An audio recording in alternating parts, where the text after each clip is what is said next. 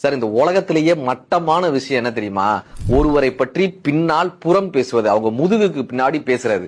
கலைவாணர் கிட்ட ஒருத்தர் வந்து சொல்றாரு, ஐயா நீங்க எவ்வளவு பெரிய நடிகர் தெரியுமா, ஆனா அந்த நடிகர் நேத்திக்கு வந்த நடிகனுக்கு எவ்வளவு பெரிய தலகணம் தெரியுமா, நேத்திக்கு வந்து அந்த நடிகர் எவ்வளவு திமிரா பேசுறான் தெரியுமா, நேத்திக்கு வந்த நடிகனுக்கு நடிக்கவே தெரியல தெரியுமா, அவரை பத்தி அப்படி புரணி பேசுறாரு. இப்ப கலைவாணர் கேட்டாரா, உங்க சட்டப்பையில எவ்வளவு இருக்குன்னு கேட்டிருக்காரு.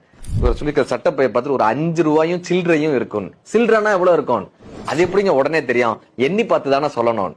கலைவாணருடைய பதில், உன்னிடம் என்ன இருக்கிறது என்றே நீ எண்ணி பார்த்துதான் சொல்ல வேண்டும், ஆனால் அடுத்தவனிடம் என்ன இருக்கிறதுன்னு எண்ணி பார்க்காமலேயே பேசுறேயப்பா.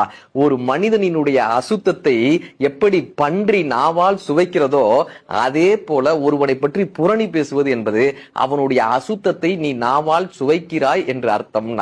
நம்மை பற்றி நாம் சிந்திக்கும் போது நாம் சிங்கமாக உயர்கிறோம், அடுத்தவரை பற்றி புரணி பேசும்போது பன்றியாய் தாழ்கிறோம்.